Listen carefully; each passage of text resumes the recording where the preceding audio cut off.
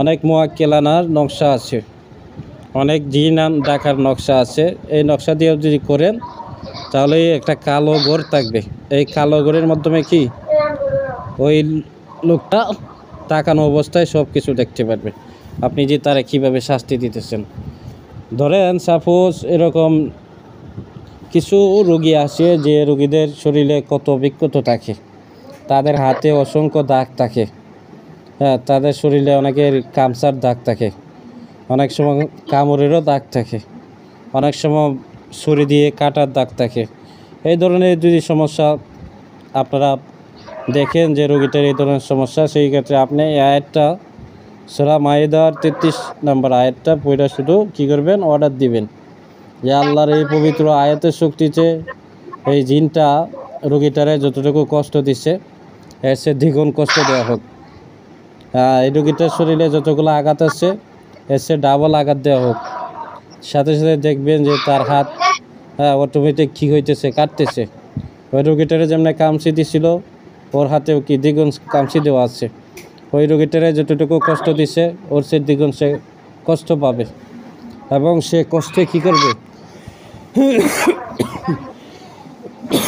কষ্টে ছটফট করতে থাকবে।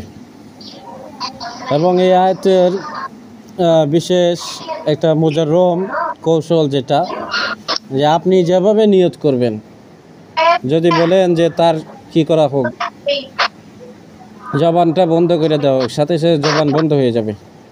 যদি বলেন যে তার কি শরীরে যে শক্তি আছে শক্তিটা কমায় দেওয়া হোক, শক্তি কমে যাবে। যদি বলেন তার আকার আকৃতি ছোটো হয়ে যাক, এই আয়াতের শক্তিতে ইনশাআল্লাহ তার আকার আকৃতি কী হয়ে যাবে, ছোটো হয়ে যাবে। তা আপনি অনেকগুলা কৌশলে দিতে পারবেন, শাস্তি দিতে পারবেন। অনেক সময় দেখা গেছে যে অনেক সময় কি করে, অনেক জিন্নাত আছে যেগুলা কি মানুষের সাথে খারাপ সম্পর্ক করে। তো সেই ক্ষেত্রে আপনি যদি বলেন যে খারাপ সম্পর্ক করার কারণে তাকে কি করা হোক, আল্লাহর পক্ষ থেকে শাস্তি নাজিল হোক, তাকে কি করা হোক, ইট পাটকেল মারা হোক। হ্যাঁ, এমনভাবে ইট পাটকেল মারা হোক ডাইনে বামে সামনে পিছনে চতুর্দিক থেকে, এবং সে যেন ইট পাটকেলের নিচে পড়ে যায়, এমনভাবেই মারা হোক যাতে কি নিচে পড়ে যায়। এবং আপনি যদি নিয়ত করেন যে কি এমনভাবে ইট পাটকেল মারা হোক যাতে কি সে আর জীবিত না থাকে, সে যেন সাথে সাথে মারা যায়, তাহলে দেখবেন যে শেষ, আপনার কিছুই করা লাগবে না। শুধুমাত্র একটা অর্ডার দিলে কি ওই জিন্নাত, যতগুলো জিন্নাত আছে যারা এই কাজ করছে সবাই ধ্বংস হয়ে যাবে। তো এখানে অনেকগুলো টেকনিক আছে, এছাড়াও কি আরও 1000টা কাজ আপনারা করতে পারবেন। তবে আপনারা শুধু যেটা সত্য সেটাই করতে পারবেন। সে যে অপরাধটা করছে এই অপরাধ অনুযায়ী তারা আপনি শাস্তি দিতে পারবেন। আর যদি সে অপরাধ না করে থাকে, হয়তো আপনি শাস্তি দেন, তাহলে আল্লাহ তাআলার কাছে আপনাকে জবাবদিহি করতে হবে। আর অনেক জিন আছে যারা কি অপরাধ করে না, আপনি 1000 বারও যদি চেষ্টা করেন সেই ক্ষেত্রে কি সে শাস্তি পাবে না। আরেকটা আছে যে অনেক কবিরাজ আছে, খারাপ কবিরাজ, তারা কি করে, তারা এই কাজটাই করে যে কি একটা জিন অপরাধ করে নাই, ভালো জিন, তারা কি করে শাস্তি দিবে অথবা কি করবে, তারা বসে নেবে, তারা বন্দি করবে। সেই ক্ষেত্রে কি করে, এরকম কিছু কাজ করে যে কাজগুলা কি না জায়েজ, না জায়েজ কাজগুলা কইরা তারে শাস্তি দেয়। তো যে কোনো জিন্নাতকে আপনি তখনই শাস্তি দিতে পারবেন যদি সে বড় ধরনের জাদুঘর হয়ে থাকে। সেই ক্ষেত্রে তার জাদুটা আপনাকে নষ্ট করতে হবে। যখন আপনি জাদু নষ্ট করে দিবেন তখন আর তার কোনো ক্ষমতা রইল না। যেমন আপনার শরীরে যদি শক্তি না থাকে তখন আপনাকে 5 কেজি না 2 কেজি ওজনের জিনিসও যদি ওঠানোর জন্য বলা হয় আপনি পারবেন না। তো দ্রব একটা জিনের শক্তি যখন আপনি ধ্বংস করে দিবেন, শক্তিটা যখন নষ্ট করে দিবেন, তখন সে এতটাই অসহায় হবে যে কি সে সঠিকভাবে চলাফেরাটাও করতে পারবে না, কিংবা তার শক্তি না থাকলে সে যুদ্ধ করতে পারবে না, সে কি করতে পারবে না, একটা দুর্বল জিনের সাথে কোলায় উঠতে পারবে না। তা আপনারা এই কাজগুলো করতে পারবেন এই আয়াতের মাধ্যমে, জিন্নাতকে দমন করতে পারবেন, জিন্নাতকে শাস্তি দিতে পারবেন। এবং জিন্নাত হত্যা করতে পারবেন না। আপনি যেভাবে হুকুম দিবেন, যদি দেখেন যে সে কি অপরাধের মাত্রা বেশি পরিমাণ অপরাধ করছে, সেই ক্ষেত্রে আপনি কি করবেন, এভাবে শুধু আল্লাহর কাছে সাহায্য চেয়ে শুধু হুকুম লাগাবেন যে আল্লাহ এত পরিমাণ জুলুম করছে, অবিচার করছে রোগীর সাথে, যে কি রে হত্যা করলে ভালো হয়, রে কি করলে ভালো হয়, হত্যা করলে ভালো হয়।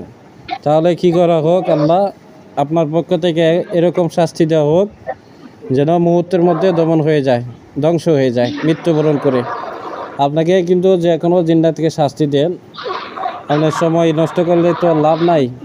যদি মারার নিয়ত থাকে সেই ক্ষেত্রে ডাইরেক্ট বলবেন যে 20 সেকেন্ডের ভিতরে শেষ হয়ে যাক, অথবা কি 40 সেকেন্ডের ভিতরে ধ্বংস হয়ে যাক। সেই ক্ষেত্রে আপনি অল্প সময় নেবেন, দেখবেন যে অল্প সময়ের ভিতরে ধ্বংস হয়ে গেছে।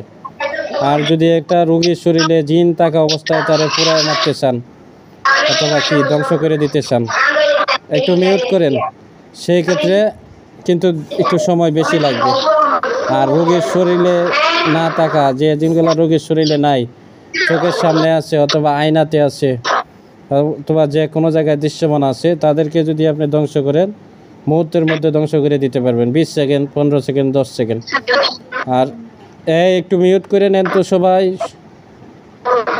আর যারা রোগীর শরীরে আছে তাদেরকে ধ্বংস করতে আপনার 1 মিনিট 2 মিনিট সময় লাগবে, এর বেশি সময় লাগবে না। আপনি নিয়ত করবেন, তবে ওইটা 10 সেকেন্ড 20 সেকেন্ড এইভাবে করতে পারবেন না। ওইটা একটু জ্বালাইলে একটু সময় লাগবে। কেন, একটা মানুষের শরীরে জিন প্রবেশ কইরা সে তার জাদু ক্ষমতা শক্তি ওইটা বেশি দেখাইতে পারে, যতটা সে কি বাহির থেকে পারে না। যখন একটা মানুষের শরীরে আসে তখন সে তার ক্ষমতা, তার জাদু শক্তি ওইটা সে বেশি দেখাইতে পারে।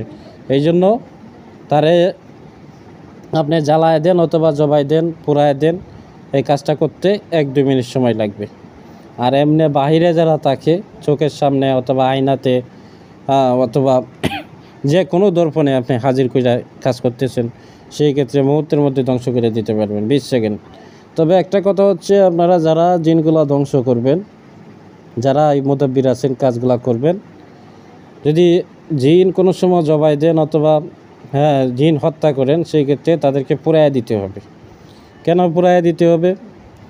আপনি জবাই দিয়ে দিচ্ছেন, জিনের কাল্লা আলাদা করে দিচ্ছেন, এরপরও কি জিনগুলা কাল্লা আবার জাদুর মাধ্যমে কি করতে পারবে, জোড়া লাগাইতে পারবে, অন্য জিন আইসে কি করতে পারবে, তারে জীবিত করতে পারবে।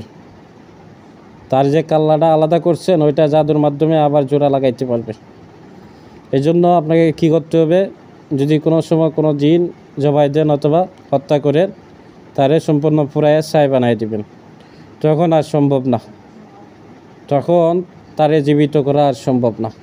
এটা হচ্ছে একটা গুপ্তবিদ্যা, এটা অনেকেই জানে না, আপনাদের বলে দিলাম।